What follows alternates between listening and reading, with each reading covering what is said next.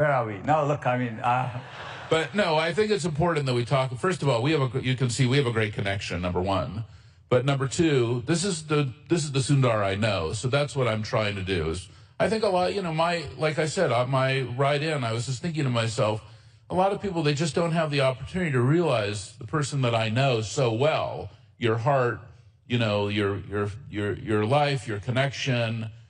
And, now, okay, so anyway, let's just get back to the story. You're in Stanford now, right? And now all of a sudden you kind of see this new world, and it is a different world. You are in Palo Alto.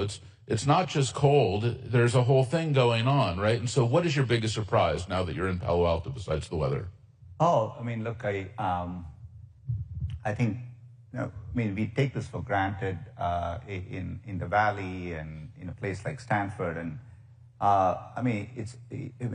America is truly a land of opportunity in a way that phrase, I think very few people really understand, it deeply. And it's extraordinary. You can come here and, if you're willing to work hard, pursue your dreams, anything is possible, right? And it was kind of obvious to me once I came in, if you're passionate about something, you meet other people who are passionate about it.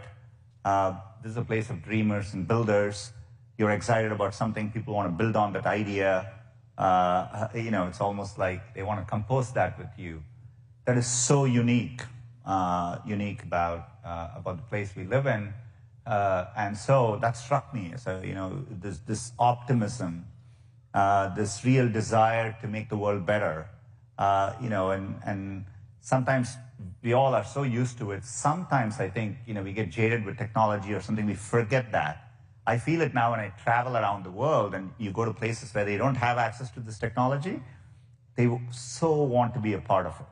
Here we have it, right? And I think we've gone through these waves, but that is the essence of this place, I think. And you brought it back to this is the theater in which Steve Jobs did some of those, path-breaking announcements. But I think that's the spirit of this place. I felt it at Stanford, and I feel it today. So now here you are, you're feeling it. You are connected to the energy of Silicon Valley, the magic of what's happening. Stanford, kind of the heart of it all, near the garages where these great companies have started, like HP, like Apple. You're starting to meet these cast of characters. It's like going to Disneyland, right? You're meeting Donald Duck. You're meeting Mickey Mouse in person for the first time.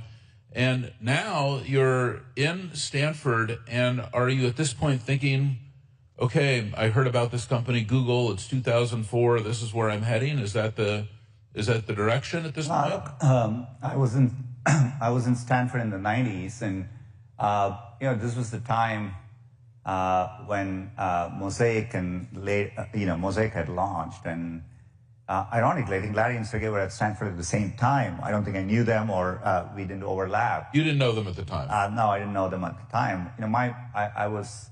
I was focused on different things. I was very interested in semiconductors. That was my area of research. That's what I was working on. I was so excited to have access to all that. I almost didn't realize there was this thing called the internet which was happening. So, but, a few years later, had the chance to get to know a few people.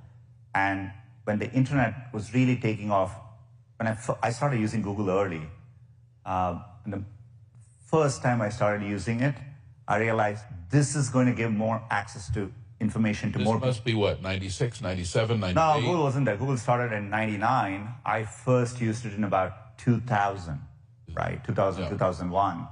But I could instantly feel like you have this thing which is going to give access to technology to more people than anything before. You could use it, you could feel it. The fact that. And where was that first time that you used Google in 2001? Where were you? I was still in Palo Alto, but I was working in the semiconductor industry. It's interesting to see back as we're going through this moment in AI, everything is coming back to chips, which turns out to be might be the real driver of intelligence, right? And it's not an accident that Google works on TPUs too, right? So it all comes back full circle. But that's the context in which I use. But it's just that when I used it, I instantly felt like this is where I want to be, and spoke to some people, ended up at Google, and soon started working on Chrome. Yeah. And you went to Google, it was about 2003, 4? 2004.